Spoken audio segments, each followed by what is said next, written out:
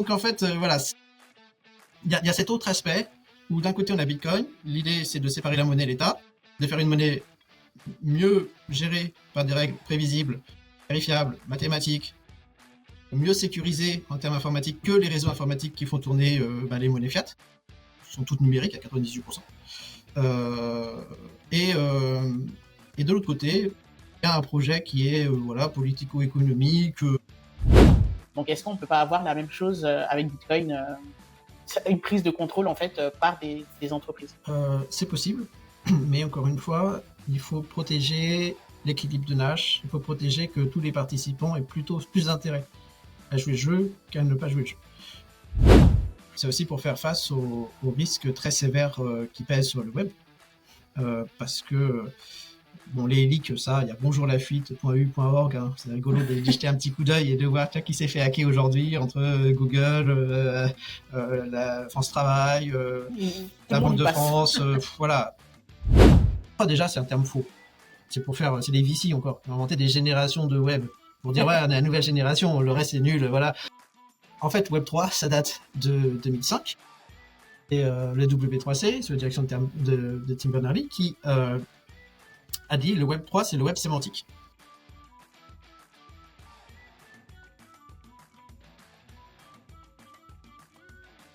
Bonjour Nicolas. Bonjour. Comment ça va? Ça va bien et toi? Je suis très très ravie de t'avoir sur le plateau aujourd'hui. Il y a une tradition dans l'émission, c'est que l'invité nous raconte sa rencontre avec Bitcoin. Donc déjà Nicolas, présente-toi et puis dis-nous comment tu es rentré en contact avec cet objet curieux qu'est Bitcoin. Ouais, moi je suis ingénieur, j'ai commencé sur le digital assez tôt, en 95, assez jeune aussi. Et puis après, j'ai participé à des gros projets d'infrastructure, sur les infrastructures d'Internet, en tant que directeur de programme ou en tant qu'architecte, pour le Centre national d'études spatiales, pour Orange, pour la RATP, la SNCF, des grands comptes en général français, où on a fait plusieurs premières en France sur l'installation finalement des réseaux numériques et des usages numériques. Et puis après, j'ai fait des refontes plutôt digitales, mais je suis entrepreneur depuis toujours. À 15 ans, j'avais allocameroun.org, on avait essayé de faire un site, etc. Et j'ai toujours gardé en fait cette envie de construire et de builder, beaucoup avec des communautés diverses et variées. Et donc la décentralisation d'Internet a été un sujet très tôt. Euh, sur lequel être vigilant et puis trouver des solutions techniques. Moi, j'ai un profil technique. J'ai commencé à m'intéresser à Bitcoin un peu par hasard parce que je me suis intéressé aux services décentralisés. Mais avant, j'étais plutôt dans des réseaux télécom, mesh, sur la décentralisation. Et puis finalement, je suis venu au protocole décentralisé par le petit logiciel SETI qui permettait de participer au calcul pour vérifier qu'il n'y a pas des signaux extraterrestres. Donc c'est un programme de la NASA, c'est quand même un programme sérieux, et donc de calcul distribué. Et ça m'a mis la puce à essayer de trouver les autres protocoles distribués qui existaient, faire un petit peu mon marché dans tout ça. Et je suis tombé sur Bitcoin. La monnaie, très important, une monnaie distribuée, incroyable. Il y a eu plein d'arnaques par le passé. Est-ce que là, on a quelque chose d'intéressant? Et j'ai commencé à miner des bitcoins en 2013, du coup. Fondé une première société en 2015 sur l'immobilier et bitcoin. Entrepreneur, c'était difficile. Donc j'ai cofondé un accélérateur de start-up à Paris à Station F, chez l'accélérateur. Et puis en 2019, il y a eu le Paris Blockchain Week Summit. Donc en fait, j'ai pu là voir. Je connaissais bien le côté corpo, je connaissais bien le côté start-up. On a participé aux écritures, on a été consulté sur la loi Pacte, par exemple. On a commencé à rencontrer les institutionnels. Et puis, surtout, l'accélérateur et l'événement, ça m'a fait travailler en grande proximité avec les principaux fondateurs des grosses blockchains internationales. Et donc, à voir l'envers du décor qui m'a conforté dans mon maximalisme. Et donc, je n'ai pas duré très longtemps dans l'environnement shitcoin. Voilà, j'ai fini d'apprendre ce que j'avais à apprendre sur cet environnement. Et donc, Donc on a revendu les activités et moi j'ai fondé 4NK, qui est la société actuelle, en 2022 pour dans la continuité de mon parcours en fait repenser Internet, voilà, avec d'autres principes d'architecture. Et du coup, Katenka, là, j'ai plein de questions qui viennent d'un coup. Déjà, bon, on va revenir à Katenka un peu plus tard. Qu'est-ce qui te frappe dans cet univers blockchain qui fait que tu te dis, bah, Bitcoin, c'est peut-être la chose la plus essentielle? Bon, il y a les aspects techniques. J'étais en relecture d'un certain nombre de white papers, etc. Euh, et puis on a formé des développeurs sur un certain nombre de technologies. Bon, d'un point de vue technique, pour moi, je suis convaincu que on ne peut pas sécuriser une blockchain sans Bitcoin. La sécurisation du choix des blocs euh, par les consensus des nœuds de Bitcoin et par Bitcoin est très différente des consensus proposés qui reprennent des idées passées d'ailleurs. C'est assez rigolo, hein. Souvent la proof of stake, on pense que c'est les nouvelles générations de non, c'était ce qui était avant et qui marchait pas. Est-ce que Bitcoin résout? Voilà, parce que mécaniquement, il y a une centralisation qui se fait sur ce type de protocole. Et tout ce qu'ils ont rajouté était un peu périphérique, mais jamais sur le cœur du problème structurel de la centralisation de ces protocoles qui reste et demeure et n'est pas changé. Et aujourd'hui, je ne considère pas comme des protocoles pleinement décentralisés. Et par contre, voilà, l'assemblage astucieux que propose Bitcoin entre plusieurs briques de consensus sociaux, de consensus mathématiques, voilà, l'équilibre de Nash en fait qui existe entre tous ces acteurs, qui est très subtil, l'intervalle de temps entre les blocs qui est une valeur, si on bouge un peu plus, un peu moins, tout de suite le réseau est plus déséquilibré. C'est assez incroyable de voir comment ça se stabilise tout seul. Et donc voilà, pour moi, il y a déjà les aspects techniques qui font que techniquement, si on veut le réseau le plus sûr au monde, c'est Bitcoin et les autres sont très très très loin derrière. Et il y a les aspects plus structurels, économiques, de relations qui font que pour moi les autres projets sont des startups. On a d'un côté Bitcoin qui est un projet un peu finalement académique, c'est-à-dire que il y a des chercheurs qui vont contribuer à ce projet, c'est un projet open source sur lequel on va contribuer, etc. Les autres projets sont open source, mais la gouvernance, elle est quand même dans les mains des fonds VC qui ont financé le projet, qui ont levé les fonds avec, qui ont organisé les ICO, les STO et tout ce qu'on veut. Et c'est eux qui aujourd'hui décident. Quand on travaille sur ces projets-là, c'est eux qui décident. Et malgré tout plein de sortes de gouvernance logicielles à côté, qui représentent 4% des participants et qui sont plus ou moins sous contrôle des validateurs. Et, enfin bref, au final, c'est quand même les fonds VC qui décident. Donc voilà, pour moi, il y a deux choses différentes. Il y a un projet plutôt de type, comme on les connaît sur Internet, hein, TCP, etc., des travaux. Donc il y a des groupes de travail, travaux. Il y a une normalisation qui se fait auprès de Bitcoin Core, qui reste la référence, on va dire, qui écrit les specs du protocole. Et puis il y a un autre monde qui est le monde plutôt start-up, des layer 2, des blockchains, etc., qui inventent des choses, qui sont plus libres dans leur développement, moins engagés. La grosse différence aussi, elle est dans le temps. Bitcoin n'a pas fait de levée de fonds, n'a pas d'investisseurs, ne doit rien à personne. Donc il peut prendre le temps de faire la meilleure technologie au monde. On va pas lui demander un cas d'usage magique toutes les 4 matins pour du coup augmenter le rendement, voilà, les revenus, que ça se vende, que ça pump, etc.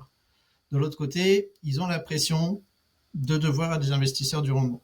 Et donc les objectifs sont plus court terme, ils sont plus marketing. C'est-à-dire qu'ils doivent démontrer qu'ils servent à quelque chose. Ils doivent démontrer qu'il y a un cas d'usage super qui va arriver. Voilà. Et puis, en dernière position, là, en fait, plus on connaît cet écosystème, plus on rentre et on voit le grand écart en fait entre Bitcoin et le reste du monde des blockchains. C'est les intentions. Les blockchains, la blockchain, le marketing de la blockchain, alors qu'il y avait Bitcoin, qui avait trouvé voilà, son ensemble de briques, dont les blockchains, mais qu'il avait fait à sa sauce, c'est une time chain. La gouvernance, c'est pas la gouvernance de la blockchain elle-même, c'est au-dessus que ça se fait, etc. JP Morgan, avec Beastmaster, ont décidé d'extraire cette petite brique et de dire non, arrêtez d'intégrer Bitcoin, les banques, vous avez rien compris. Donc ça, c'est une réunion à New York en 2014. La révolution, c'est la blockchain. C'est ce truc-là. Regardez pas le reste, les aspects monétaires. Non, non, on va pas lâcher le contrôle. Vous inquiétez pas. En fait, l'important, c'est ça. Et ça, c'est très utile pour eux, ce prétexte de la blockchain, parce que à travers le GAFI, qui a fait pression à l'OCDE qui est à Paris, donc qui a motivé la loi Pacte à Paris, qui a entraîné MiCA, en fait, les banques se sont écrites un framework de règles qui contourne absolument totalement ce qui était décidé depuis 2008 face à leurs dérives sur bancaires et la crise qu'ils ont causée. Les banques se sont écrites un framework légal sous prétexte de blockchain qui permet aux banques de se refinancer via les banques centrales de se refinancer via les stablecoins, qui permet des échanges via stablecoins. En 2008, on s'est dit, banque commerciale et banque d'investissement, il faut arrêter le délire. Vous pouvez pas jouer avec l'argent que les gens placent sur leur compte. Bon, mais là, le stablecoin, il est où? Les deux. Et ça leur va très très bien. Donc en fait, voilà, c'est il y a cet autre aspect où d'un côté on a Bitcoin, l'idée c'est de séparer la monnaie et l'État, de faire une monnaie mieux gérée par des règles prévisibles, vérifiables, mathématiques, et mieux sécurisée en termes informatiques que les réseaux informatiques qui font tourner les monnaies fiat, qui sont toutes numériques à 98%. Et de l'autre côté, il y a un projet qui est politico-économique, d'investissement aussi. Enfin voilà, c'est des initiatives plus classiques, on va dire, dans le monde des startups et de l'entrepreneuriat, où des banques se sont dit on a un filon pour créer de nouveaux produits qu'on peut pas créer avec le socle contractuel actuel. 9 Français sur 10 a ces données personnelles qui permettent d'usurper son identité sur le dark web. On a le deuxième au niveau mondial, le plus exposé. Ouais. Attaquer un Français, c'est ultra facile. Donc, est-ce qu'on peut pas avoir la même chose avec Bitcoin, une prise de contrôle en fait par des entreprises? C'est possible, mais encore une fois, il faut protéger l'équilibre de Nash. Il faut protéger que tous les participants aient plutôt plus d'intérêt à jouer le jeu qu'à ne pas jouer le jeu. Et sur les développeurs, ce qui est intéressant de voir en ce moment, donc voilà, il y a des points de vue qui s'opposent sur les évolutions de Bitcoin, voilà, par rapport au stockage des données arbitraires. Est-ce que c'est fait pour ça? Est-ce que c'est pas fait pour ça? Est-ce qu'on l'autorise ou pas? Comment on incite les gens à bien faire les choses, on va dire, pour que ce ne soit pas une pollution. Et ben là, c'est intéressant d'illustrer avec ce cas-là parce que a émergé. Disons que pour la Bitcoin Core, on leur fait confiance, c'est la référence, c'est les rédacteurs des specs, c'est eux qui animent la communauté, ils sont transparents dans leurs interactions, etc. Mais si on n'est pas d'accord avec eux, on voit que peut émerger une alternative qui existait latente depuis toujours, même avant Bitcoin Core, qui est Knot, peu importe. Et Knot, finalement, a pris 17% du marché des nœuds parce que... Donc en fait, ce que c'est intéressant de voir, c'est que s'il y a une dérive, automatiquement vient, voilà, c'est un peu des vases communicants, on peut pas enlever l'eau. Alors, vous pouvez essayer d'en prendre, mais ça va augmenter de l'autre côté. Voilà. Donc, dès lors que voilà, la confiance dans les développeurs core qui maintiennent le repo Bitcoin baisse, automatiquement les alternatives montent. Et ça, il y a une criticité énorme pour tous les enjeux, parce que les mineurs se disent mais s'il y a 17% de mes blocs qui sont bloqués, je vais avoir un petit souci quand même. Donc finalement, il y a un auto-alignement qui se fait, et même au niveau des investisseurs derrière, parce qu'ils voient que le risque à venir financer, par exemple, Core, ou de faire une attaque sur le réseau, les risques de chance diminuent à chaque fois que la communauté prouve qu'elle sait compenser, en fait. Et donc, plus le risque est élevé, moins les investisseurs vont y aller. Ça, c'est très important. Et donc, en termes de message au marché, c'est très important de rappeler que les tentatives sont économiquement pénalisées, pas par le protocole, mais par l'ajustement social des enjeux et l'équilibre des enjeux sur ce protocole. Et voilà. Donc, oui, il y a plein d'acteurs depuis toujours qui ont essayé de prendre le contrôle. il y a des fonds importants pour protéger juridiquement, éventuellement, si on voulait aussi attaquer de manière juridique certains acteurs. Il y a des fonds qui se sont montés pour les protéger. Ouais, ça se structure plutôt bien. Il y a des grandes entreprises, des grandes fortunes qui sont très engagées dans la communauté, qui elles aussi protègent, contrebalancent, modèrent, voilà, pondèrent les aspirations d'autres géants. Voilà, donc finalement, voilà, c'est un jeu d'équilibre. C'est très intéressant parce que c'est absolument la dimension sociale. Ce n'est pas qu'un protocole informatique, c'est aussi une communauté, ses interactions, sa vie dans la vie économique globale, etc. En tout cas, j'ai préparé quelques questions en fait un peu, on va dire le entre guillemets le cauchemar du bitcoiner pour voir quels sont les points qui pourraient faire trembler Bitcoin. Et ce sujet-là, moi, j'avoue que c'est un des points, comme je vois de loin un peu ce on peut ressentir, comme quoi il y a des discussions, les gens sont pas d'accord entre eux. N'étant pas développeuse, je comprends pas la moitié des trucs. Mais on va dire c'est un des points qui me fait peur, c'est que la communauté un jour n'arrive plus à s'entendre et que le protocole Bitcoin, du coup, en souffre. Est-ce que pour toi c'est un risque qui est plausible?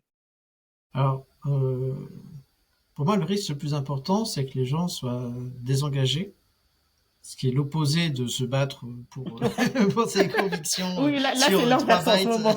sur 3 bytes qui se baladent. Mais voilà, le danger le plus important pour moi, et qui existe, et qui est très présent, c'est qu'il n'y ait par exemple pas assez de testeurs, pas assez de gens qui documentent, pas assez de gens qui relayent les débats pour qu'ils soient encore plus débattus. Alors, sur Bitcoin, certains débats peuvent prendre des années. Comme j'ai dit, on s'en fout, on veut le plus sûr à la fin, on veut pas un rendement à 3 mois, à 6 mois, à 1 an, c'est C'est pas vrai. du tout une question. Là, on a un bon prétexte, on va créer tout un ensemble d'une nouvelle finance et on va développer là-dessus, quoi. Après, les États sont très contents parce qu'ils ont besoin de liquider leurs dettes. Voilà, c'est Surtout bien, c'est les pratique. États-Unis. Surtout les États-Unis. Bon, en France, on n'est pas mauvais non plus en niveau de dette. Donc Mais on n'a finalement, pas la France encore compris était ouais, le, c'est bien, ouais, on allez-y n'a les pas encore gars, compris le hack du c'est la stablecoin bonne. apparemment. Bah, ils s'imaginent qu'ils pourront le faire avec l'euro numérique, ce même hack. Ah, Allez-y, essayez, mais il n'y a aucune techno européenne dans l'histoire. Donc, il y a zéro souveraineté numérique européenne pour construire un euro numérique. Bah, souverain, non. Techniquement, il n'y a rien de souverain. Donc voilà. Bon, peu importe. Puis après, il y a les politiques qui imaginent des choses un peu dystopiques de contrôle des fonds, des gens. Parce que comme leur politique passe pas bien, bah, ce serait mieux de l'imposer techniquement, en fait. Comme ça, ils n'auront pas le choix. Chiperont et que la carte dira, voilà, non. votre solde carbone, hein, pour pas dire, désolé, moi, il y a plus de liquidité, donc on peut pas Ouais, trop c'est vous ça. permettre de payer, quoi. Voilà. Bon, bref, c'est autre chose. Tout ça se mélange un peu, mais pour dire que voilà, sur Bitcoin, c'est un autre monde qui est plus terre à terre sur la technique, qui a pas d'intention parce que bah, elle a pas levé de fonds. Voilà, c'est la communauté qui décide de son avenir, on va dire. Et ça, c'est extrêmement important pour le sérieux et la sécurité. Et est-ce que cette communauté, parce que je me dis finalement cette communauté, ce sont des gens, donc des développeurs notamment. Est-ce que certaines institutions ne peuvent pas essayer justement de prendre le contrôle entre guillemets de Bitcoin en passant en fait, en faisant des pressions sur des développeurs ou en essayant d'avoir un maximum de développeurs de leur entreprise qui contribuent à Bitcoin, comme on a pu le voir par exemple. Je prends une entreprise comme Red Hat en fait qui a pas mal contrôlé aussi le monde open source parce que c'était la plupart des développeurs venaient de chez eux. Au final, c'est eux-mêmes qui donnaient en fait toutes les règles en fait sur certains outils. La finance va paniquer, va s'imaginer des mondes, va se faire des scénarios, va s'expliquer des trucs, va s'auto... Bon, ils vont s'effondrer, ils vont vendre. Et les gens, la plèbe, qui détient encore plus de 57% des bitcoins, largement devant toutes les autres catégories de possesseurs de bitcoin. La finance, c'est 6%. Voilà, donc ces 6% vont s'éclater, vont entraîner quelques-uns avec eux. Les autres vont garder comme ils font toujours. Donc, c'est sa valeur. Sa valeur, c'est sa sécurité. C'est le réseau le plus sécurisé au monde et c'est le système monétaire le plus prévisible, le plus vérifiable et le plus fiable dans son exécution. Donc, il faut maintenir ça. Le risque pour moi, bah oui, c'est qu'il n'y ait pas assez de testeurs, de développeurs, de gens qui documentent, que la communauté se désengage et du coup elle se concentre là du coup sur certaines personnes. Euh, Maintenant, le fait qu'il y ait du débat, de la contradiction, des oppositions fortes, que des alternatives émergent, que c'est très bien, c'est de la construction en fait tout ça. Donc, plus on construit, plus on engage, plus les gens y trouvent leur position. Alors parfois parce qu'ils aiment se montrer, parfois parce que ils ont vraiment quelque chose d'extrêmement pertinent à apporter. Voilà, peu importe en fait. Tout ça construit et assoit vraiment une base encore plus large, encore plus partagée de Bitcoin. Donc les conflits, au contraire, c'est très bien, ça montre que ça vit. Euh, Au final, il y a une certaine raisonnabilité aussi, parce qu'on va chercher la meilleure solution technique. On va pas chercher la personne à qui on accorde le plus de crédit. Voilà. Si techniquement une grande référence nous dit quelque chose qu'on ne retrouve pas dans le code ou que le code ne vérifie pas, et ben voilà, on s'en fiche. On va pas le faire quand même. C'est génial et tout, mais en fait, le code là, exactement, ce que vous nous dites, ce que je vois, est-ce que l'incentive est suffisante pour inviter les spammers à spammer proprement? Déjà, est-ce que ça existe? Voilà. Est-ce que techniquement on peut le prouver ça, cette promesse? Si on peut pas la prouver, bah voilà, il va falloir encore bosser. Donc, du coup, on va débattre. Et du coup, les alternatives vont tester des trucs, vont montrer que c'est mieux. Voilà, ça va vivre. Mais ça, à la limite, je dirais que c'est bien. C'est pas ma crainte. Je vois pas de fork, je vois pas de divergence, de split de la communauté qui se sépare autour de ça. Tout le monde a à cœur en fait de trouver la meilleure solution pour voilà, le socle Bitcoin. Donc ça n'a rien à voir avec des débats comme il y a eu avec les big blockers par exemple ou d'autres. Là c'était quasiment d'autres communautés qui voulaient imposer leur modèle, même si certains de la communauté Bitcoin ils ont rejoint et même ont été instigateurs pour une partie. C'est pas du tout la même configuration. Ok, donc on peut dormir tranquille pour l'instant. Non, parce qu'il faut plus de développeurs, il faut plus de testeurs, il faut plus de gens pour documenter. Ça, on n'est pas tranquille là-dessus. Qu'est-ce qui explique ça? C'est parce que aujourd'hui il y a un manque de formation en fait sur Bitcoin pour qu'un jeune développeur par exemple se dise ah tiens je vais me spécialiser dans Bitcoin. Ou alors qu'est-ce qui explique ce manque de personnes?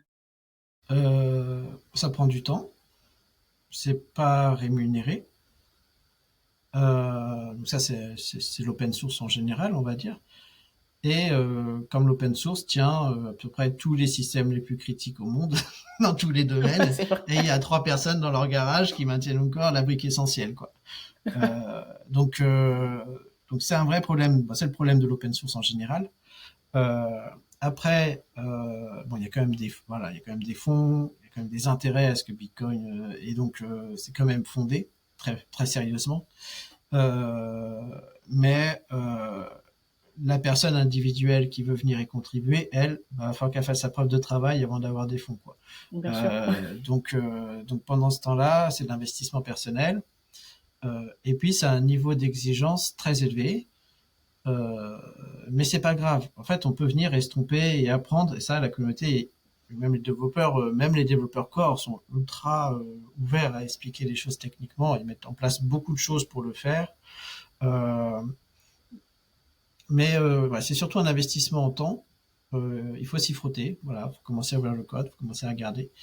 Et puis, c'est aussi un travail d'humilité parce que il faut comprendre tout les tenants, aboutissants de voilà, chaque petite virgule qu'on aimerait bouger, qu'on pense que c'est mieux de bouger. Et du coup, c'est un exercice d'humilité parce que pendant un bon moment, on va se faire embarrer. Et c'est normal parce qu'on apprend, quoi, grosso modo.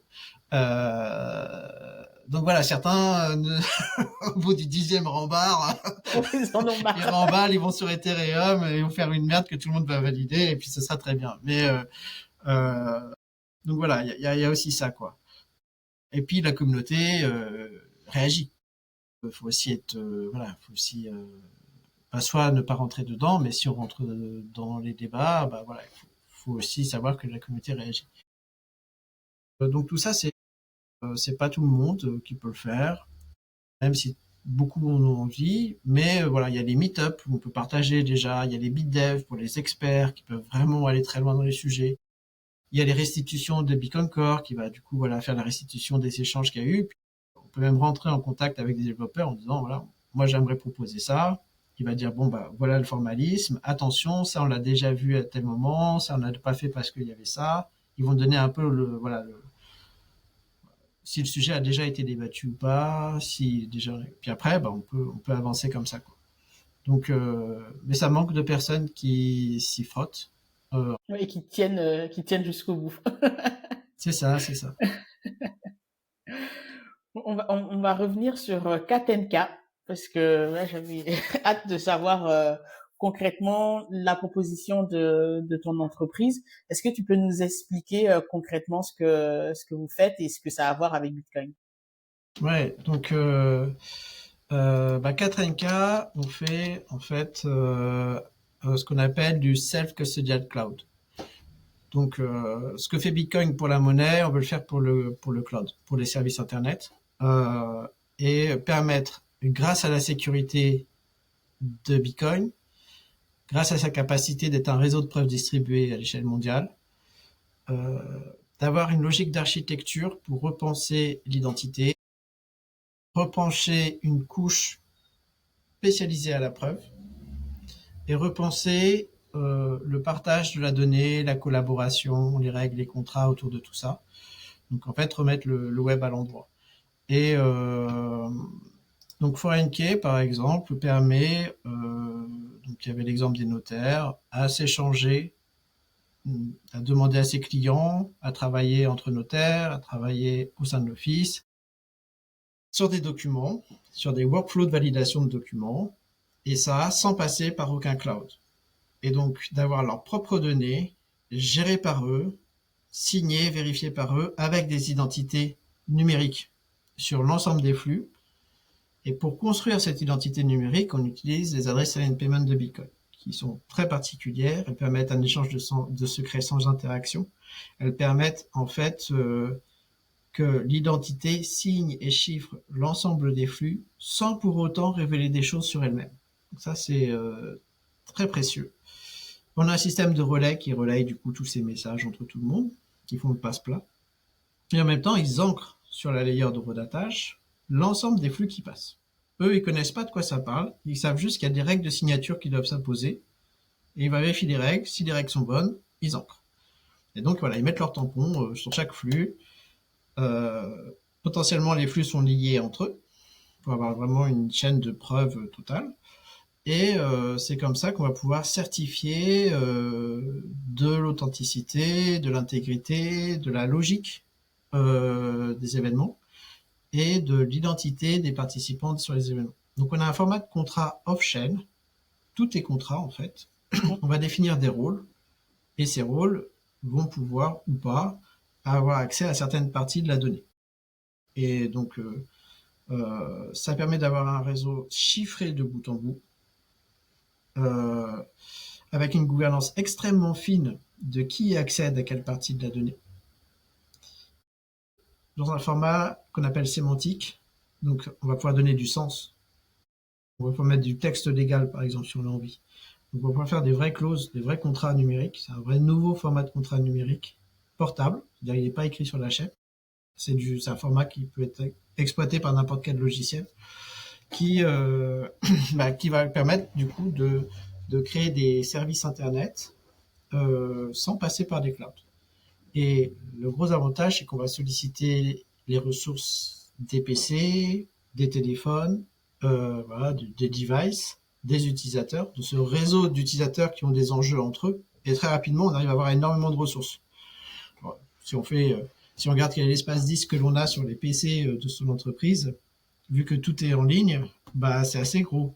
Les ressources de calcul, en général, c'est des bonnes machines quand même. La mémoire, pareil.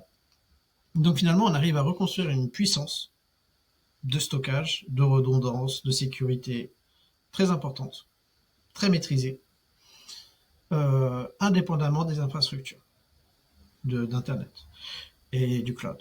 Et donc, ça permet d'avoir des services où on est à zéro capex. Plus j'ai d'utilisateurs, plus j'ai de ressources. Ouais. Alors que derrière, plus on a d'utilisateurs, plus on a de data, plus il faut payer un cloud, plus il faut... Là, c'est l'inverse. Donc, Mais du coup, juste, voilà. désolé de te couper pour être sûr d'avoir bien compris. Donc, ça veut dire que les documents, par exemple, qui sont authentifiés, à aucun moment ils ne sont stockés dans un cloud, c'est ça? Ok. Super C'est intéressant. les notaires aiment dire que c'est pour et par les notaires, et c'est vrai, Mhm. c'est leur réseau. Nous, on a zéro serveur voilà, impliqué dans le Compliqué, hein. fonctionnement. Euh, et comme ça, on décline. Ça, c'est un cas d'usage. On a des cas d'usage avancés sur l'identité numérique. Et ce qui est marrant, c'est que euh, en fait, il y a peu de solutions souveraines, et les institutions, les collectivités, les acteurs régulés sont extrêmement challengés par trouver des solutions souveraines. Au final, la raison s'impose, et le réseau le plus sécurisé au monde, c'est utile. De la cryptographie qui sécurise des centaines de milliards par jour, c'est pas inintéressant de l'utiliser.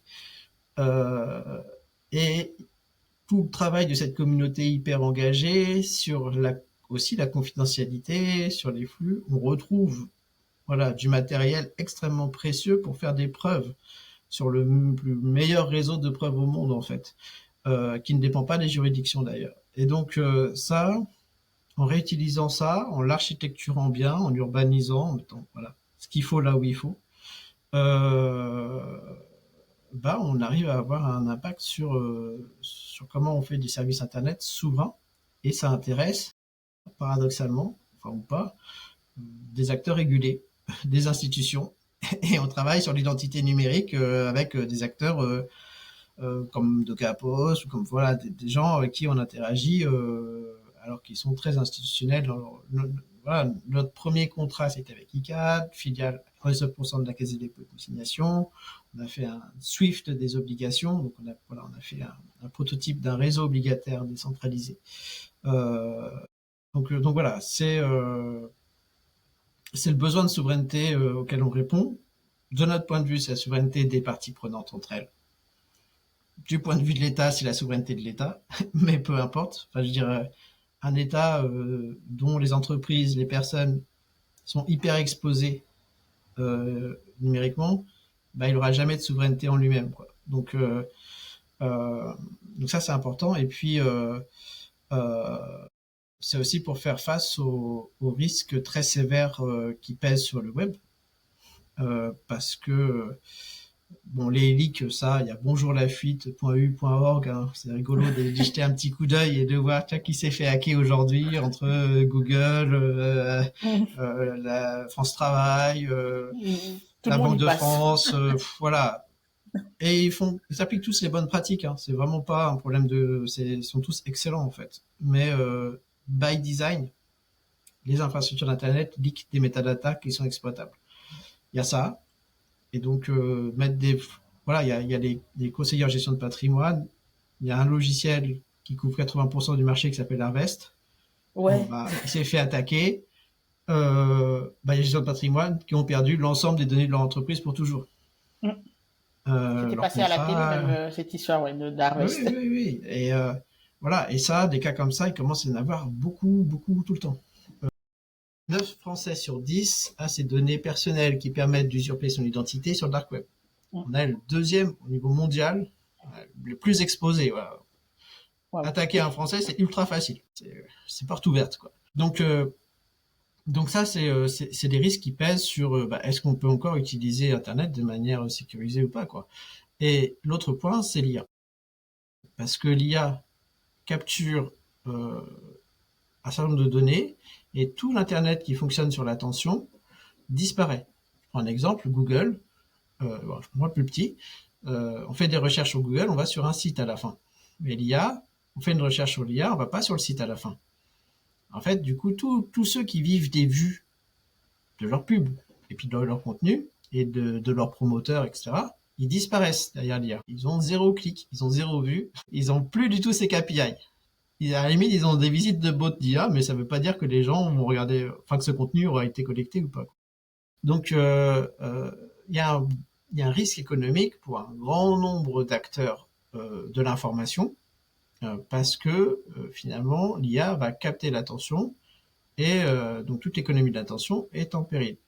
Le côté positif de ça, c'est que tous ceux qui vivaient pas de l'économie de l'attention et qui la recherche, la collaboration, et qui eux essayaient de se protéger, de pas être complètement exposés directement, c'est aussi les entreprises, c'est aussi le business. Bon, il y a une partie de tout ce qui est recherche, collaboration qui avait migré sur le dark web, parce que là au moins ils étaient protégés paradoxalement. Enfin, en fait, c'est pas paradoxal, mais voilà, du point de vue de l'opinion publique, ça peut sembler paradoxal. Donc sur le dark web, il y a quand même une énorme partie qui est de la recherche et de la collaboration internationale et des journalistes et beaucoup de choses comme ça. Et d'un autre côté, il y a les entreprises qui subissent des pertes maintenant très significatives même économiquement, même de survie. Hein. Il y a des PME qui ferment suite à des je crois que c'est 75% des PME qui sont attaquées qui ferment dans les 18 mois. Dans les 18 mois, ouais. C'est assez significatif. Mais là, la cryptographie peut apporter sa brique. Donc là, c'est un nouveau web qui permet de signer les flux, de les vérifier, de les authentifier. On va pouvoir savoir que... Ah oui, juste pour finir sur l'attention, mais parce que c'est important. Du coup, comme ils vont avoir moins de revenus, ils vont prendre les solutions les moins chères en production de contenu, et c'est utiliser l'IA. Et donc, très grande chance que 90% du web de l'attention soit faux. Ouais, de l'intelligence artificielle. Ça sera peut-être pertinent, ça sera peut-être intéressant, ça sûrement d'ailleurs, ça sera extrêmement pertinent, extrêmement intéressant, mais ce sera faux. On ne pourra pas s'en servir comme preuve, comme élément à utiliser après, c'est intéressant pour la réflexion. Si on veut pas si on veut pouvoir continuer d'utiliser le web, du coup, il faut qu'il soit plus sécurisé et il faut que les données soient vérifiables. Que une donnée présumée fausse, on va rien pouvoir en faire même si elle est intéressante. Il faut avoir des données présumées vraies, au moins sur leurs origines. Et ça, c'est ce que permet la cryptographie. Donc, je crois que ça va être très difficile de ne pas avoir d'identité purement cryptographique. Ça va être très difficile de ne pas avoir des contenus prouvés cryptographiquement, parce que ça, la cryptographie, l'IA peut rien faire. Pas imiter une équation mathématique bonne. Ouais. Non, elle est pas bonne ou elle est bonne. Mais ça, c'est ce que la cryptographie nous protège par rapport à l'IA. Donc, voilà. En termes d'évolution du web, il y a un virage à prendre sur le cloud qui va être très très challengé, sur l'évolution de l'attention qui va être très très très challengé. Et puis pour autant, l'IA est intéressante. Donc on peut proposer des nouvelles expériences quand même grâce à ça. Voilà. Donc nous, c'est comme ça qu'on reconstruit le web. Et donc, si je raccroche un peu les wagons, c'est que Bitcoin, en plus d'être une infrastructure monétaire, c'est aussi une infrastructure qui peut donner l'émergence en fait d'un nouveau web plus sécurisé. C'est très très lié. En fait, la seule façon de payer de la sécurité sans que l'acteur de sécurité qu'on va payer et le moyen de paiement de cet acteur-là ne soit baisé par leur juridiction, par leurs intérêts propres, par leurs investisseurs, etc. Quand on paye la sécurité à Bitcoin, il n'y a que Bitcoin et il n'y a pas, on va dire, ces ingérences possibles, la pression sur les acteurs ou quoi que ce soit qui peut intervenir. Et donc, payer sa sécurité sur Bitcoin, c'est quoi? C'est quand on est un système, on va mettre la preuve de nos états sur Bitcoin. Mais on va pas mettre tout sur Bitcoin. Enfin, on va construire ça de manière propre. C'est-à-dire qu'on va faire des réseaux, comme Lightning existe pour le paiement, et c'est super pratique pour le paiement, et c'est mieux confidentiel sur Lightning que sur le mainnet. Donc là, on va faire des réseaux qui sont pas pour le paiement, qui vont être pour de la preuve, pour de l'identité, et ces réseaux-là vont payer leur sécurité en Bitcoin, parce que c'est la meilleure façon de sécuriser leurs états. Et donc, sur des millions d'empreintes qu'on va faire sur la chaîne, en une transaction qui va payer sa sécurité, on aura sécurisé ces millions. Ça coûte moins cher de faire couche par couche parce qu'on va designer comme il faut pour le bon usage, pour les bonnes performances, pour le bon coût. Mais par contre, on aura toujours besoin de Bitcoin à la fin pour acter l'état final ou les états courants des processus. Et c'est une énorme différence avec toutes les autres blockchains, on va dire, parce que là, on arrive dans un monde où le contrat, il est off-chain. C'est le principe de la client-side validation, c'est-à-dire qu'on va avoir un certain nombre de collectes de preuves différentes, plus ou moins sémantiques, plus ou moins verbeuses ou pas, suivant les services. Et les utilisateurs eux-mêmes vont disposer de toutes les preuves pour accepter ou pas ce qui arrive. Donc ça se fait côté client, pas côté blockchain. La vérification des règles, l'exécution des règles va se faire côté client. Côté blockchain, on va juste prendre les ancrages, les empreintes de qu'est-ce qui s'est passé à quel moment, dans quelle logique. Et tout ça va être agrégé pour finalement payer la sécurité de ça sur Bitcoin à un moment donné. Et donc, par rapport à essayer de décentraliser des processus sur une blockchain, c'est infaisable. Ça correspond à aucune réalité métier. Il vaut mieux essayer de rendre des process qui soient décentralisés ou pas, vérifiables par Bitcoin. Donc voilà. Et donc ça c'est extrêmement intéressant parce que ça ouvre beaucoup plus d'opportunités. Et donc c'est notre partie. Et du coup, est-ce que tu verrais donc l'émergence enfin, si j'ai bien compris, hein, des layers 2, on va dire spécifiques par métier, qui viendraient justement supporter ces cas d'usage. Donc comme là, comme tu disais, on a Lightning pour le paiement, on aurait peut-être une layer 2 pour la partie vérification d'identité, etc., etc. Oui, c'est ça. C'est ça. C'est-à-dire que des réseaux décentralisés qui ont leur propre design pour opérer leur type de flux particulier, leurs contraintes particulières, et du coup extrêmement performants parce qu'ils sont faits pour un usage en particulier.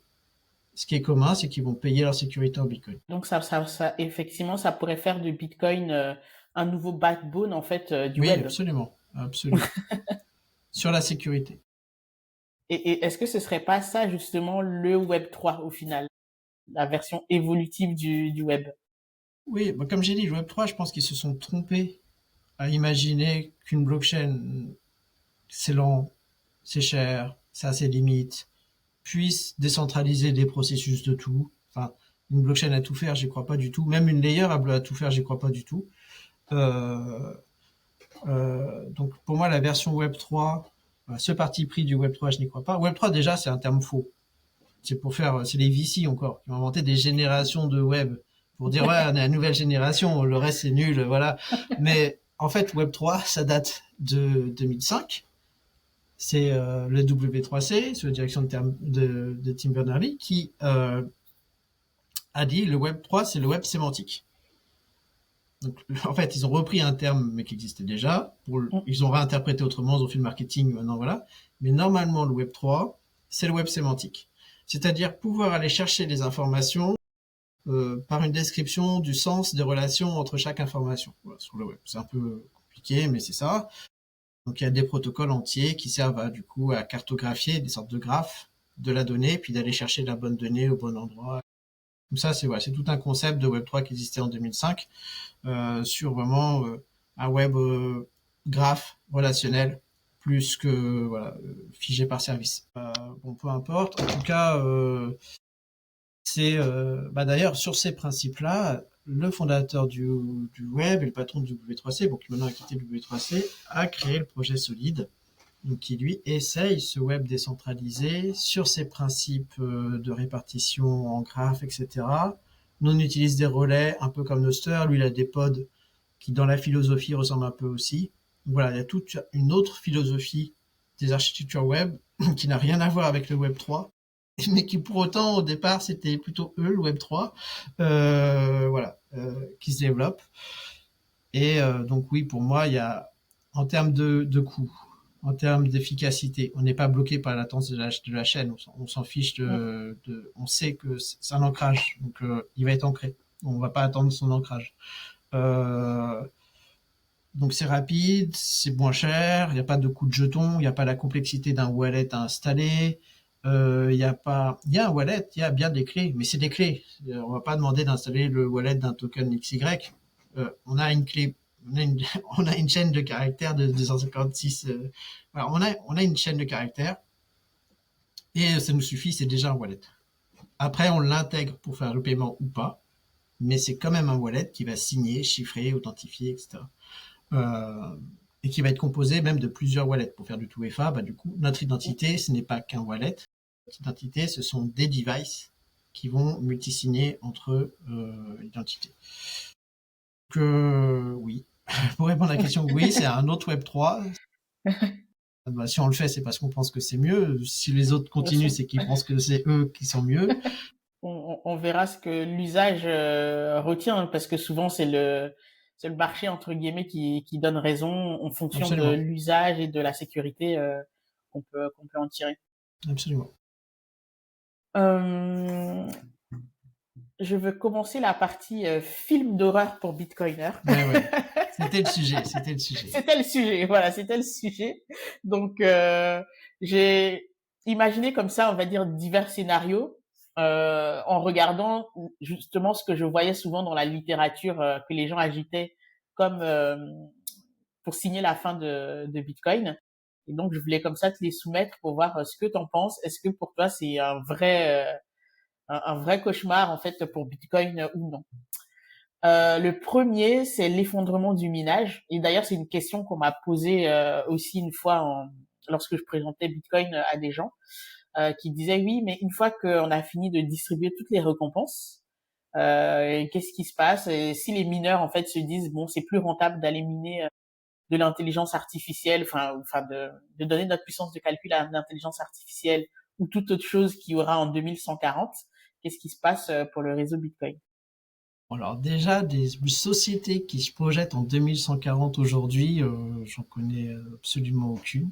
Après, en 2140, ils peuvent décider déjà aujourd'hui. C'est-à-dire que les halvings, on les connaît jusqu'à la fin, on les connaît tous.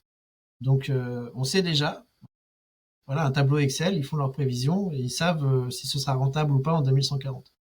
Mais il y a aussi les frais. C'est-à-dire qu'il n'y a pas que la récompense du bloc reward. J'ai trouvé un bloc, j'ai une récompense en Bitcoin. J'ai aussi les frais de toutes les transactions du bloc. Donc, mais c'est une question qui rejoint un peu la question des layers finalement, parce que est-ce que ces transactions-là vont servir à s'échanger des bitcoins, ou est-ce que ça va être des transactions qui vont servir à voilà acter l'état des canaux Lightning, à acter l'état de réseau d'ancrage, à acter l'état de voilà. Et du coup, la valeur et la criticité est pas du tout la même. Euh, donc, c'est très important d'être certain de ces fermetures de canaux. C'est très important d'acter au moment précis l'état de processus et de pas attendre que peut-être que la transaction passera ou pas dans le bloc. Et donc, on va augmenter les frais, on va payer plus cher parce que on a besoin de certitude. Et que les enjeux derrière sont plus importants. Donc voilà, le niveau de risque étant plus élevé, on va le mitiger avec l'investissement nécessaire. Et donc, pour moi, est-ce qu'en 2140, il y a un danger sur les mineurs? Alors, à la fois, je pense que personne ne se projette en 2140. À la fois, je pense que les frais seront là, même si les blocs ont disparu. Ce que je pense, c'est que tout le monde a déjà fait ses calculs parce qu'on peut déjà les faire. Et donc, s'ils sont là, c'est qu'a priori, le calcul n'est pas négatif. Et l'autre point, c'est et c'est pas grave. même voilà, parce qu'en fait, Bitcoin a juste besoin d'arbitrer entre deux blocs qui lui sont proposés. La compétition entre les mineurs, c'est la compétition entre les mineurs, c'est leur marché. Mais ils se cassent la gueule, demain il y en a 2 fois moins, Bitcoin ne sera pas 2 fois moins sécurisé. Donc tout ce que veut Bitcoin, c'est ne pas arbitrer lui-même sur les blocs, que les nœuds n'arbitrent pas eux-mêmes, et on veut une preuve de travail indépendante, voilà, qui nous permette de garantir l'espace de temps entre nos blocs. Voilà, nos mineurs, ils servent à attendre 10 minutes. Donc, plus que ce qu'il y a dans le bloc. Donc, voilà, peu importe, en fait, qu'il soit 3, 10 ou 10 millions, qu'il soit fortuné ou qu'il crève la faim, du point de vue de Bitcoin, c'est leur prestataire, tant qu'il existe et qu'il fournit le boulot, donc tant qu'il y a au moins du travail pour 10 minutes, ça marche. Et est-ce que, si on a une diminution, parce que c'est vrai qu'on peut se dire 2140, c'est la fin, mais je pense que très vite, on va pouvoir observer ce scénario parce que d'ici 2032, déjà, on passe à moins d'un Bitcoin, en fait, pour les récompenses. Donc, on aura déjà, peut-être par anticipation, on va dire l'économie en fait du minage. En fait, on va déjà pouvoir voir les effets de la baisse des récompenses Oui, dessus. puis il y a surtout, alors c'est intéressant parce que, par exemple, il y a beaucoup de gens qui ont miné à perte pendant des années et aujourd'hui ils sont très riches.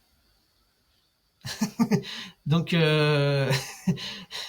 voilà, donc il y a aussi la conviction que l'on a sur Bitcoin ou pas, quoi.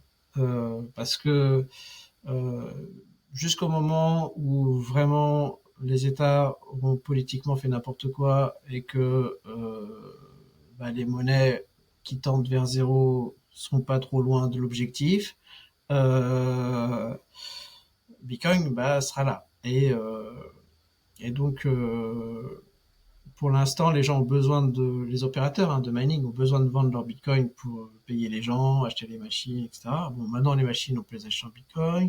Les gens, c'est possible de les payer en grande partie en Bitcoin. Donc, la pression à vendre pour ceux qui ont des Bitcoins, elle est un peu moins élevée. Et on peut payer partout en Bitcoin. Ça, c'est très facile. Il y a des cartes, il y a des services, tout ce qu'il Ouais. faut. Mon objet, c'est de dire est-ce que c'est rentable de miner en Bitcoin? Ça dépend du coût de l'électricité, mais de l'électricité, il y en a beaucoup partout, complètement inutilisé et qui coûte cher à ne pas l'utiliser. Le coût de l'électricité, voilà, c'est 50-70% de l'OPEX du miner. Son CAPEX, c'est essentiellement les machines et les conteneurs. Il y a une énorme décentralisation en cours des puces et du matériel de mining. Euh, et on peut rivaliser avec les géants chinois très installés, très industriels, déjà, en fait, avec ce qui est en train de sortir de la communauté. Ouais, j'ai Donc entendu qu'il y ça, avait une c'est solution open source. donc ça c'est ce qui veut dire aussi que la concurrence se faisant, il va y avoir des choses. Et puis le modèle économique des mineurs, comme j'ai dit, il n'est pas critique pour Bitcoin déjà. Donc on parle de quelque chose de pas critique. Euh, mais on va en avoir vraiment besoin de cette sécurité de ce qu'il y a dans les blocs et de les sécuriser, quoi. Donc il y a un marché. Bitcoin n'a pas l'air de tendre vers zéro. Les autres, oui. Donc voilà, la valeur de Bitcoin rentre dans l'équation de la rentabilité des miners, peut-être plus que est-ce qu'il y aura plus ou moins de frais. C'est vrai. C'est quelle est la valeur de ces frais quand on doit encore les vendre. Après, si vraiment voilà, on peut ne pas du tout les vendre, du coup on aura un BTC égale un BTC et l'équation sera purement voilà, technique sur la rentabilité factuelle du rendement de production des bitcoins. Ouais, parce que l'unité de mesure, ça sera le Bitcoin, du coup. Pas besoin C'est de ça, repasser, en fait, en fiat. c'est ça. Ça marche. On passe au deuxième scénario. Ouais, Parce qu'aujourd'hui, l'énergie, en tout cas l'accès à l'énergie, fait partie d'une des choses qui sécurise le réseau parce que c'est basé sur la preuve de travail. Donc, on prouve qu'on a fourni un travail et qu'on a fourni de l'énergie.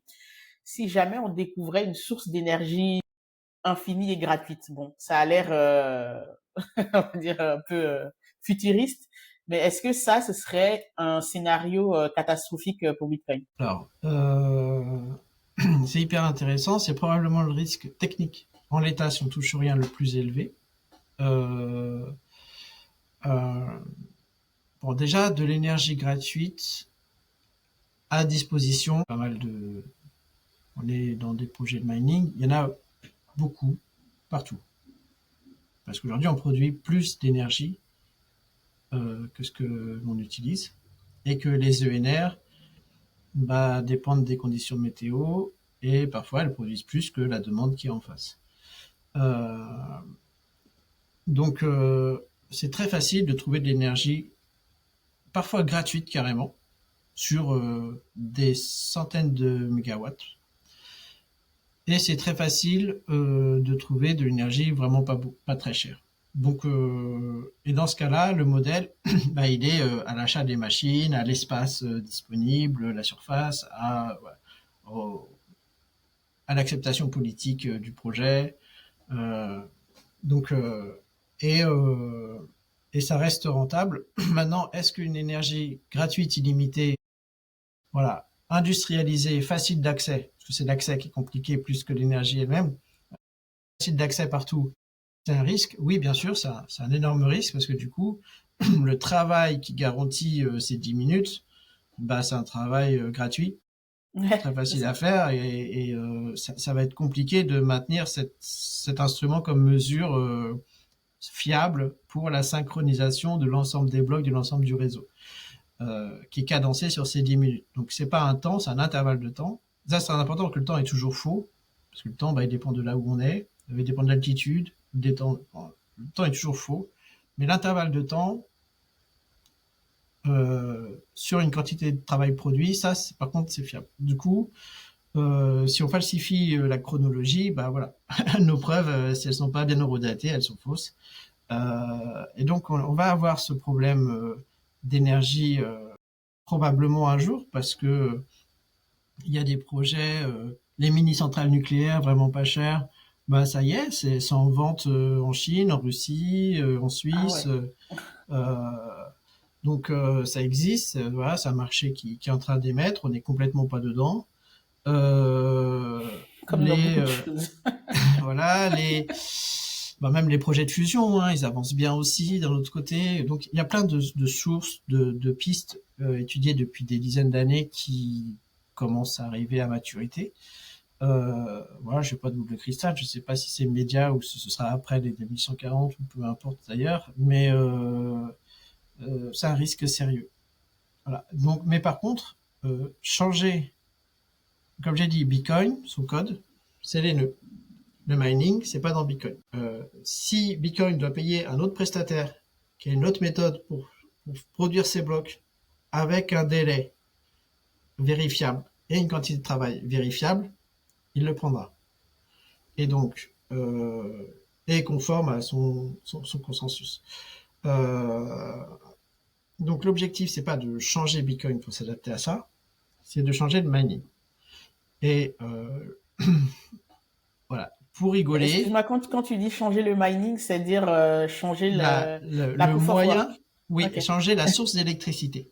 Parce que là, on parle d'électricité électrique. Ouais.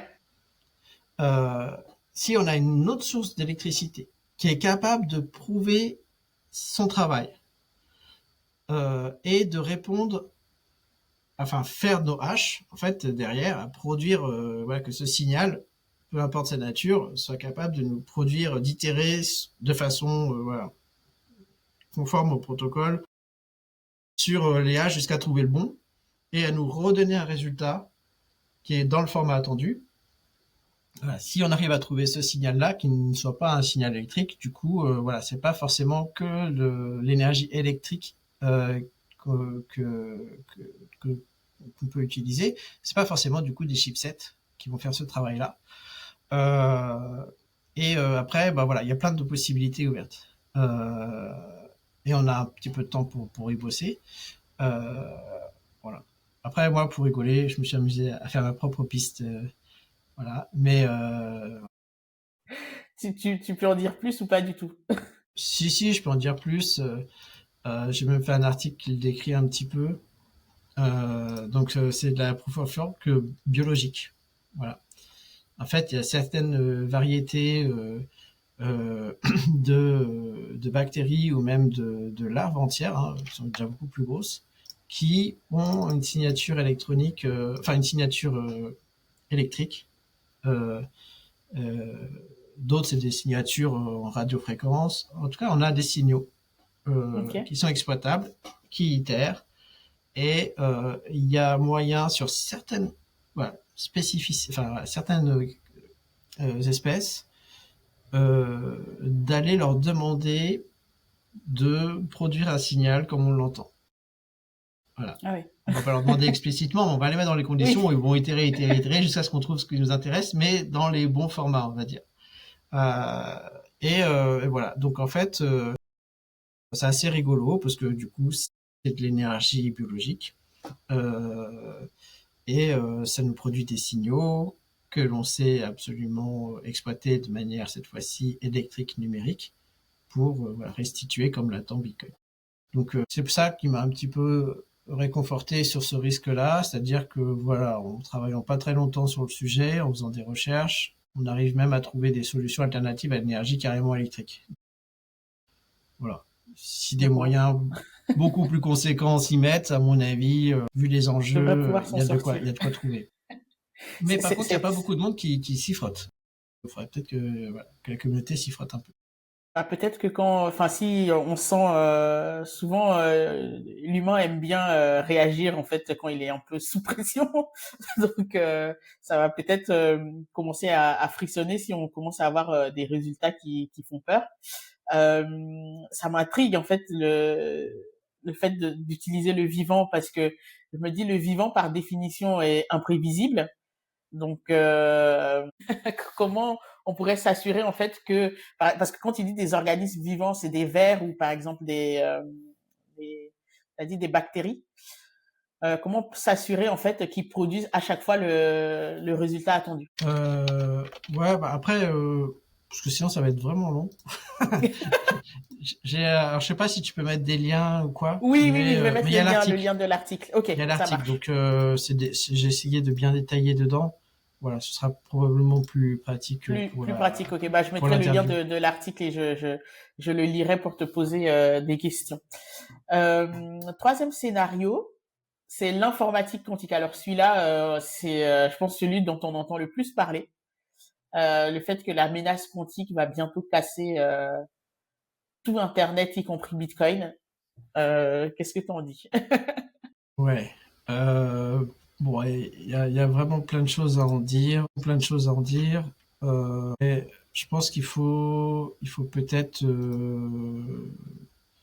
déjà, est-ce que tout le monde sait de quoi on parle vraiment quand on parle du risque quantique? Je Non. suis pas certain que ce soit extrêmement visualisé, on va dire, pour tout le monde. Essentiellement, ça va être deux algorithmes qui, euh, qui ont des forces et faiblesses euh, et qui vont être utilisés pour le quantique. Je réfléchis juste un petit peu pour. Ouais. Donc on peut décrire un petit peu juste pour contextualiser quand même. Bien sûr. Euh, Voilà, donc le quantique, c'est l'information qui est pas stockée dans des bits classiques qui ont deux états, 0 ou 1, mais c'est des qubits qui peuvent avoir des états qui se superposent. Et donc on peut avoir voilà, plus d'états sur nos bits. Et c'est statistique. Et en fait, pour déterminer voilà, la réalité de l'état quantique, il y a deux algorithmes, l'algorithme de Schnorr, l'algorithme de Groover, et ces deux algorithmes ont la capacité de factoriser efficacement les grands entiers. Et donc, ils peuvent calculer des logarithmes discrets. Cette capacité-là, c'est une capacité qui vient challenger les algorithmes qui appuient leur sécurité sur le fait d'être résistants au calcul sur les logarithmes discrets. Donc c'est une histoire d'algorithme. Seulement pour casser ces algorithmes-là, c'est un travail, comme je disais, statistique sur l'état des qubits. Et du coup, les stats peuvent être pollués par du bruit, des fausses informations, des faux résultats. Et plus la clé cryptographique est longue, plus le bruit va être important. Et ça, c'est une limite claire du quantique qui n'est pas du tout dépassée dans un scénario actuel. Et le, le, l'autre point, c'est aussi les besoins techniques, que ce soit pour ne pas être affecté par la chaleur, pour ne pas être affecté. En fait, techniquement, c'est très difficile à mettre en œuvre. Et donc, Bitcoin qui a 3 niveaux de chiffrement, juste pour casser le premier, il faudrait 500 fois les capacités de ce que les meilleurs ont. Donc on est vraiment très très loin. Ensuite, c'est pas impossible, la recherche avance très vite, c'est ultra financé par les États parce que, bon, d'une part, c'est le genre de sujet qui se finance bien parce que c'est l'armée, donc le budget est limité, Ouais. et parce que quand on a besoin de dette, il faut l'écouler, et que du coup, c'est très pratique d'aller l'injecter là-dedans. Et donc les États sont extrêmement bullish et financent à perte ces projets qui, pour l'instant, voilà, il y a des cas d'application déjà sur ce qu'on peut faire déjà, mais qui sont très très limités.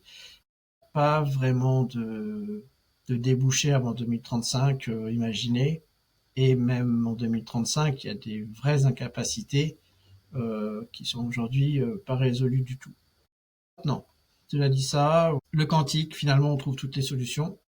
Qu'on a, on arrive à casser le SHA-256, qui est le premier algorithme qui va permettre voilà, de faire une empreinte sur les clés publiques et pas directement les clés publiques.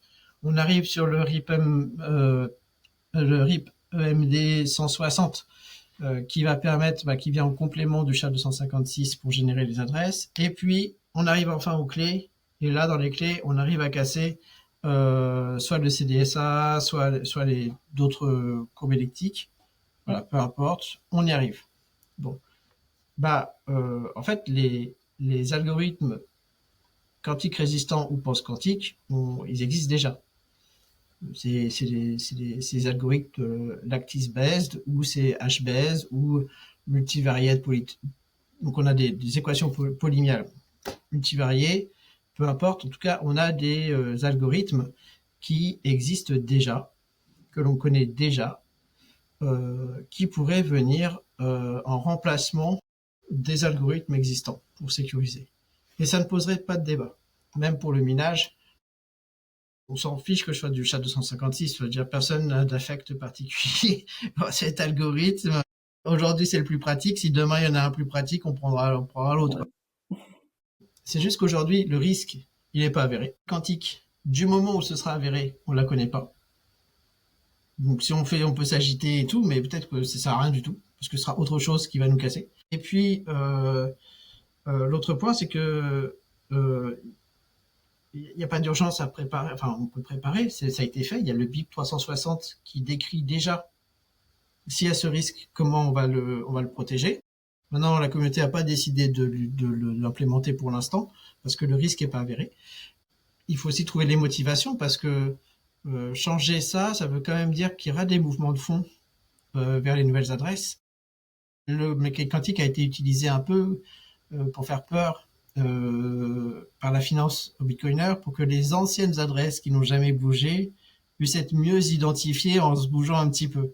Donc il y a quand même eu comme ça une petite incitation à monter ce FUD parce que voilà, il y a des milliards qui dorment et donc forcément ça attire les convoitises. Et certains gros wallets historiques ont bougé, du coup, soit des adresses plus sécurisées. Parce que c'est vrai que les toutes c'est des Satoshi. Ouais, enfin après on sait pas, mais on sait pas. Mais c'est vrai qu'au début, alors c'était extrêmement peu sécurisé parce qu'il n'y avait même pas les hashes devant, donc on avait directement accès aux clés publiques. Bon, après ça s'est un petit peu amélioré. Mais les anciens wallets sont très exposés. Puis il y a même des failles de sécurité sur des anciens wallets qui peuvent être exploités par la mécanique quantique, voilà, pour retrouver finalement ces types. Donc les anciens wallets sont exposés. Après, voilà, la protection, c'est de bouger ses fonds d'une adresse à l'autre. C'est pas, ça va. Il faut le faire. Ceux qui ont beaucoup d'argent seront vigilants à le faire. Je sais pas, ils vont pas oublier. le risque, il n'est pas foufou. Les solutions, elles existent déjà. La réalité du risque, elle n'est pas démontrée. Pour moi, il n'y a aucun problème, en fait, par rapport au quantique. Ça marche. Est-ce que tu as encore un peu de temps devant toi pour qu'on voit d'autres scénarios? Un petit peu, ouais. Ok. Scénario 4, c'est que les États, bon, même si là on voit que les États vont dans l'autre sens, mais bon, on sait jamais avec les changements de régime, que les États en fait commencent à interdire Bitcoin dans tous les sens et même plus interdisent de la self-custody en mode comme il y a eu pour l'or, maintenant on va récupérer les bitcoins et on n'a pas le droit de les avoir en self-custody. Est-ce que ça c'est un risque qui est plausible? Alors, que les États essayent, oui, sûrement. Il y en a qui l'ont fait, hein, ils n'ont pas réussi. Ils sont revenus dessus. Est-ce que d'autres essaieront encore? Bah oui, parce que voler de l'argent, c'est leur job. Euh, bon, après, est-ce que c'est un problème pour Bitcoin? Non. Enfin, ça dépend pour Bitcoin, en fait. Utiliser Bitcoin, c'est utiliser un nœud Bitcoin. Le wallet, c'est autre chose. Le minage, c'est autre chose. Avoir ces clés, bah, c'est avoir un grand nombre. C'est avoir un grand nombre. Donc, soit on l'a sous forme dans la tête, sous forme de mots, 12 ou 24 mots sur les standards, soit on l'a sous forme de plaques métal sur lesquelles on a gravé, soit on l'a sous forme un peu plus électronique avec des ledgers RAW, soit on l'a sous forme de papier, soit on l'a sous forme...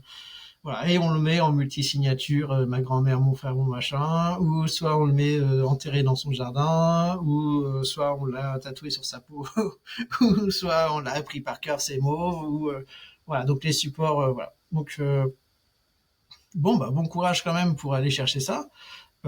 Et puis interdire les maths, bah ouais, on peut interdire aux gens de retenir un nombre d'une forme donnée parce que potentiellement ce serait une clé Bitcoin. Euh, on peut faire des trucs super rigolos avec des peintures, des pixels, voilà, et puis après que ça soit recalculé. Enfin, je veux dire, enfin, bon courage. Euh, on peut conserver de la valeur de manière sécurisée sans passer par des tiers. Le problème, c'est ceux qui passent par des tiers parce qu'eux n'ont pas de Bitcoin, c'est le tiers qui a des Bitcoins. Eux, ils ont juste un contrat tout à fait classique avec une société. Et donc, ça, c'est ça, c'est problématique parce que la société, elle est régulée, elle a des lois, elle est dans un pays, et donc elle, non, elle va faire ce que lui dit la loi Tout à sur la fait. détention des bitcoins. Donc le danger, en fait, il est pour ceux qui ne détiennent pas des bitcoins, mais qui ont des contrats avec des sociétés, des comptes sur des plateformes. Et voilà, donc le risque pour moi, il est pour ces personnes-là, mais de base, elles n'ont pas de bitcoin. C'est-à-dire que on va leur confisquer des bitcoins que n'ont pas. C'est leur plateforme qui les a. Et c'est la plateforme qui va pas se faire confisquer les bitcoins parce qu'elle a respecté les règles. Du coup, les gens auront moins, voilà, sur leur compte de cette société de bitcoins qui leur sont alloués parce que les règles vont dire maintenant X% c'est pour nous. On va taxer ça, on va, je sais pas quoi. Euh, mais bon, en l'état, c'est les règles du jeu qui ont déjà été signées quand on a choisi une plateforme en fait. Euh, donc il n'y a pas vraiment de régression à ce niveau-là et il n'y a pas trop de régression non plus au niveau de celui qui fait de la self-custody. Lui-même c'est clé parce que bon courage. Après Bitcoin pour l'instant, on revient un petit peu au layer. Bitcoin est pour l'instant utilisé en layer 1, mais avec le risque de confidentialité qu'il y a dessus. Et maintenant, il y a les silent payments qui permettent voilà, de masquer les études de comportement des adresses, même s'il y a toujours une suite des UTXO qui se suivent, sur lesquelles on peut faire des profils, essayer d'identifier des choses. Mais pour se protéger de ça, il y a Lightning, et puis il y a d'autres réseaux de layers qui sont mieux confidentiels et qui, eux, vont payer leur sécurité en Bitcoin, ce qu'on disait tout à l'heure au début. Et donc finalement, c'est aussi pour ça que je dis que la valeur des transactions et le rôle de payer la sécurité pourrait changer sur Bitcoin. En sens, je veux dire, Bitcoin va vraiment servir à payer la sécurité plus qu'à payer tout et n'importe quoi. Son café, c'est déjà plus Lightning que Bitcoin. Et puis ces grosses transactions financières, c'est peut-être plus des layers déjà que Bitcoin. Et puis voilà, progressivement, on va avoir un catalogue d'offres qui va faire que Bitcoin sera toujours le moyen de payer la sécurité au final, mais on verra rien sur la chaîne. Et ce qui va mieux protéger les propriétaires de Bitcoin, c'est aussi ça. C'est que les moyens à disposition ne vont pas trop leaker d'informations sur leur détention et leurs usages des Bitcoins. Donc, seront mieux protégés. Mieux protégés de toutes sortes d'attaques. Hein. On l'a vu, aujourd'hui, les flux illicites, ça représente 0,05%. C'est assez ridicule. C'est bien moins illicite que les euros qui sont à 3%. Entre 3 et 5. Même les mixeurs de Bitcoin sont à 3%. Donc, quelque part, les euros sont au niveau des mixeurs en termes de flux illicite. Et même peu importe. C'est-à-dire que si les gens qui font des flux illicites utilisent, c'est qu'ils se sentent plus sécurisés avec. Parce que quand les données fuitent, ça fait qu'il y a des gens qui se font couper le doigt pour avoir leur fortune ou kidnapper leurs enfants. Et ça, c'est hors de question. Donc, vaut mieux avoir la protection d'un réseau confidentiel et c'est pas au détriment de la sécurité. Et ça, c'est super important de l'avoir en tête, puis de relativiser du coup ce que font les États, parce que ta question c'est sur ce que font les États. Ouais. Non, on ne sera pas mieux sécurisé en suivant les États sur cette piste. Donc oui, pour des raisons de sécurité, parfois le risque et la mitigation du risque entre ne pas écouter l'État et l'écouter, et parfois pour sa famille, pour son avenir, plus en faveur de conserver les bitcoins dans sa tête. Et c'est dommage, les lois devraient s'aligner sur le plus logique, mais voilà, on n'est pas forcément dans ce schéma-là quand on parle d'argent. Donc voilà. Souvent, ils ont leur propre logique qui nous échappe. Ils ont besoin de s'endetter pour faire des choses dont ils n'ont pas les moyens. C'est ça. Là, j'hésite entre deux, donc je vais te proposer 3 scénarios et tu me diras lequel serait plus dangereux et qui pourrait donner des sueurs froides aux bitcoiners. Le premier, on en a déjà parlé avant, donc on a parlé de la guerre en fait, peut-être au sein de la communauté qui fragiliserait la communauté. Deuxième scénario, la fin des 21 millions. Celui-là, il est peu probable, mais why not? Et le troisième, c'est que Satoshi se réveille et qu'il déplace ses bitcoins. Parmi ces trois-là, pour toi, quel serait le plus dangereux pour Bitcoin? C'était quoi les premiers? Parce que pour l'instant, ils sont pas très dangereux. Alors, j'ai en tête. On peut dormir tranquille alors. Pour l'instant, ouais. J'ai peut-être loupé celui qu'il fallait pas. Le premier, c'est une guerre au sein de la communauté de Bitcoin. Ouais. Donc ça, on en avait parlé un peu au début. Le deuxième, c'est la fin des 21 millions. À un moment donné, on enlève cette limite. Et le troisième, en fait, c'est que Satoshi se réveille et qu'il bouge ses bitcoins d'un coup comme ça. D'accord, ok, Satoshi se réveille, il bouge ses bitcoins. Bon, c'est quoi le risque C'est quoi le risque? Perte de confiance et que les gens paniquent, je sais pas. Ils vont paniquer, pourquoi? Parce que ok, quelqu'un a utilisé Bitcoin, mais waouh, le risque, ok, il les vend. Voilà, il les vend sur le marché, il y a un creux. Il dump, allez. Allez, il dump, allez. Après 16 ans, il s'est dit non, être l'homme le plus riche du monde, c'est quand même pas si mal. Voilà, ça va quoi. J'ai envie de m'acheter un yacht, allez. Voilà, finalement, j'arrête, je sors de ma cave, je ressuscite et et puis voilà, je vais faire riche comme truc. Ok, il le fait. Les cours en euros ou en dollars, toujours pareil. Bitcoin reste ce qu'il est. Chute parce que finalement, il y a une grosse vente. Bon, est-ce que Bitcoin a changé? Non. Est-ce que le besoin de Bitcoin a changé? Non. Il est toujours aussi fiable, toujours aussi sécurisé. On sait comment il fonctionne, il est toujours aussi distribué. Est-ce que Satoshi a une importance sur Bitcoin? Non. Il participe plus au déploiement, au développement. Son code, il représente une part du code, mais qui est très largement été réécrite. Tout à fait. Est-ce qu'il a une influence, une aura sur la communauté? Oui et non, parce que maintenant, ceux qui tiennent le code, on sait qui c'est pas lui. Et puis, on sait qui c'est parce qu'il travaille avec la communauté, donc c'est un truc qui est diffusé, en fait, et diffus. Donc, Est-ce que c'est critique? Non, ce serait rigolo, ça ferait un peu popcorn, ça ferait mal à la finance, mais ça fait mal à ceux qui vendent. Hein. Euh, ceux qui gardent leur Bitcoin, ils attendent que ça se rétablisse et puis ils sont tranquilles. C'est Ceux clair. qui jouent à vendre, d'ailleurs c'est assez rigolo parce que voilà, les boulangers, les geeks, les agriculteurs, enfin ceux qui ont juste acheté un modèle en Bitcoin et gardé. Ils ont explosé les performances des meilleurs traders de Wall Street C'est clair. qui Ils font calculent leurs le threads, yo-yo. vendent, machin. Et ça, c'est super rigolo parce que il va se passer sur ce scénario-là la même chose. La finance va paniquer, va s'imaginer des mondes, va se faire des scénarios, va s'expliquer des trucs, va s'auto... Bon, ils vont s'effondrer, ils vont vendre. Et les gens, la plèbe, qui détient encore plus de 57% des bitcoins, largement devant toutes les autres catégories de possesseurs de Mm. bitcoin. La finance, c'est 6%. Voilà, donc ces 6% vont s'éclater, vont entraîner quelques-uns avec eux, voilà. Les autres vont garder comme ils font toujours. Parce que c'est vrai, hein, les détentions les plus stables. Ouais. Ils vont continuer de garder, ils vont même profiter de l'occasion pour en acheter un petit peu. Pour acheter. Ils vont buy the dip. C'est ça. Puis bah ok, à côté, faites vos trucs. Nous, depuis toujours, ça nous a réussi de rien faire. Donc c'est moins fatigant quand même. On connaît un seul bouton, c'est acheter. Voilà, on achète de temps en temps ce qu'on peut, voilà, et puis on garde le reste. Donc non, c'est pas un risque pour moi. Au contraire, ça va purger la finance, ça va purger quelques boîtes qui ont fait n'importe quoi avec leur trésorerie. Voilà, ça va purger, on va dire les extrêmes.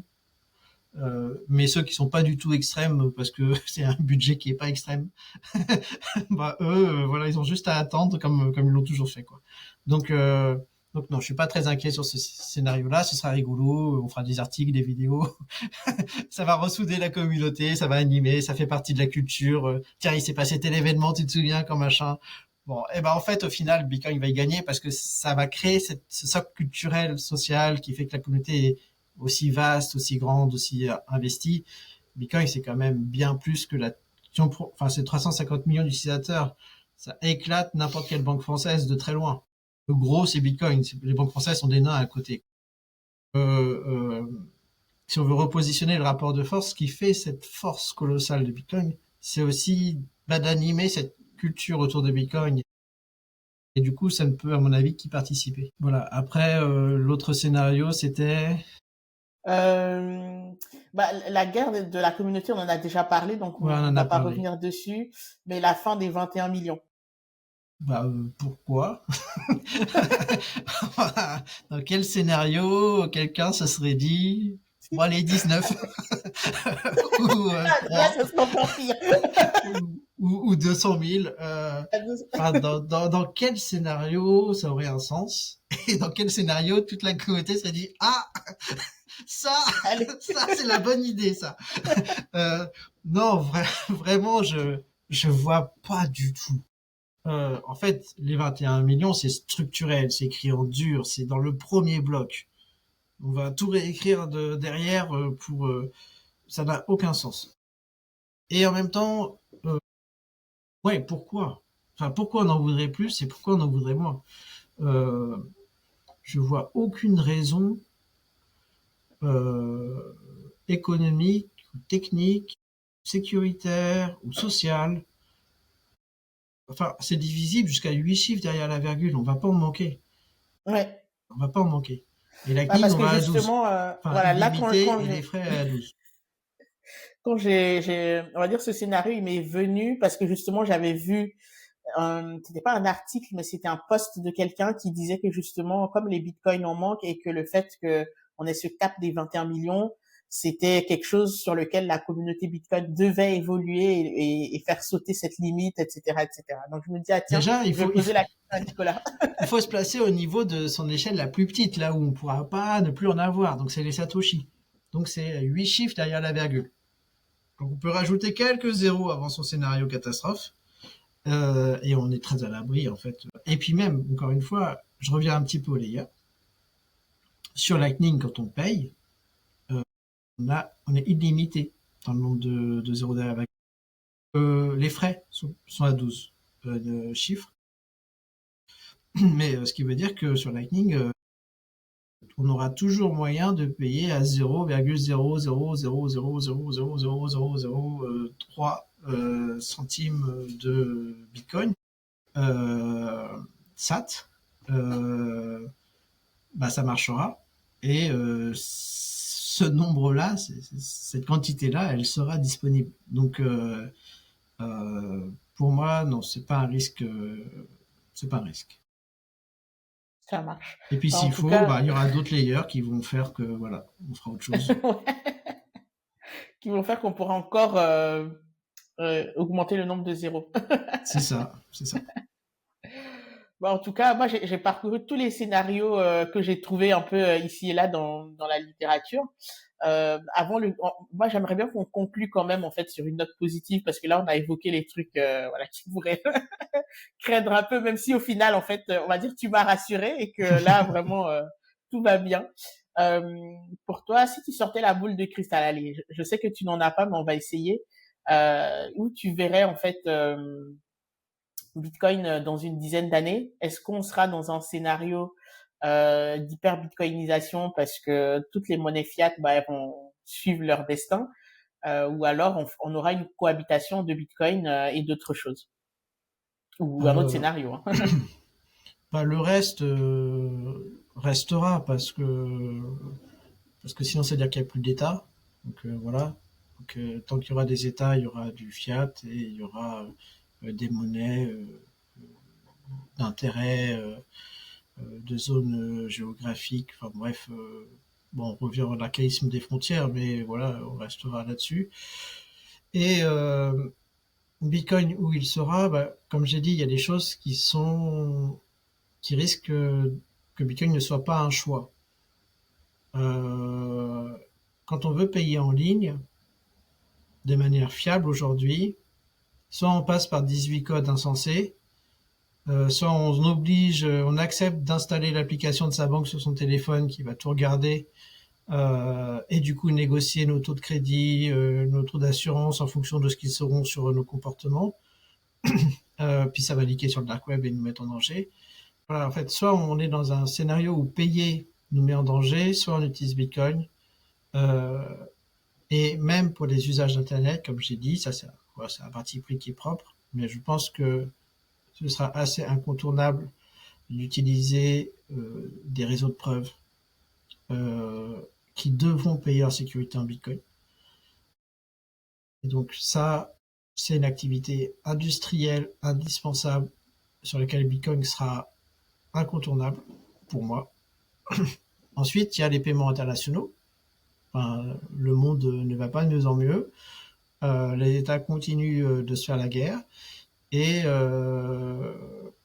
quand on veut être sûr que notre paiement, notre transaction, notre accord entre un client, un fournisseur, voilà, qu'au niveau international, les business tournent, le plus sûr, c'est Bitcoin aujourd'hui. Dans un accord, la monnaie qui est utilisée dans cet accord, ça avantage déjà une des deux parties. La seule façon Effectivement. d'éviter ça, la seule façon d'être voilà, dépendant de ça, dans la relation contractuelle, dans voilà, on va dire la fiabilité du contrat, c'est de payer en Bitcoin. Donc, au niveau international. Donc, que ce soit les paiements en ligne, que ce soit les paiements internationaux, que ce soit même la sécurité elle-même, je pense que Bitcoin ne sera même pas une option si les choses continuent d'évoluer, voilà, si le monde continue d'évoluer tel qu'il le fait. Euh, on est dans un monde extrêmement numérique, tout est numérique, nos vies sont numériques. La question de la souveraineté commence à être comprise par les États. Ce qu'ils n'ont pas encore compris, c'est que c'est pas une souveraineté qui sera la leur, mais c'est la souveraineté de chacune des composantes des populations, euh, privées, publiques, associatives, etc., industrie, enfin tout. Et c'est ça la sécurité vraiment nationale entre guillemets, c'est la société des parties prenantes de la nation, et que ça se fait avec les autres, parce que c'est pareil. Tout seul, on peut être. C'est comme Bitcoin. Hein. Moi, je peux essayer de. C'est pour ça que je pense au layer, parce que autant je peux essayer de conserver ma clé, de bien isoler. Je vais faire une transaction avec quelqu'un qui lui est freestyle. Et du coup, il y a une entrée vers moi. On connaît la relation qu'on a. Donc lui, il C'est vrai. m'expose. Ou comme moi, si je suis freestyle, j'expose ceux avec qui je vais échanger. Et pour la souveraineté, c'est pareil, c'est-à-dire que un État peut faire tout bien, il fera pas ça tout seul. Donc en face, il aura aussi des acteurs auxquels il va échanger et ce flux-là va les exposer et va en fait dégrader la souveraineté. Euh, non, il faut pas passer en termes d'infrastructure, que nativement on soit protégé sur tout le chemin de nos vies numériques. Et donc Bitcoin, à mon sens, est indispensable à ce niveau-là aussi. Payer la sécurité en Bitcoin, c'est le socle des démocraties. Ouais, c'est un beau mot de la fin. Payer sa sécurité en Bitcoin, c'est le socle des démocraties. Merci beaucoup, Nicolas. De rien. À bientôt. À bientôt. Salut.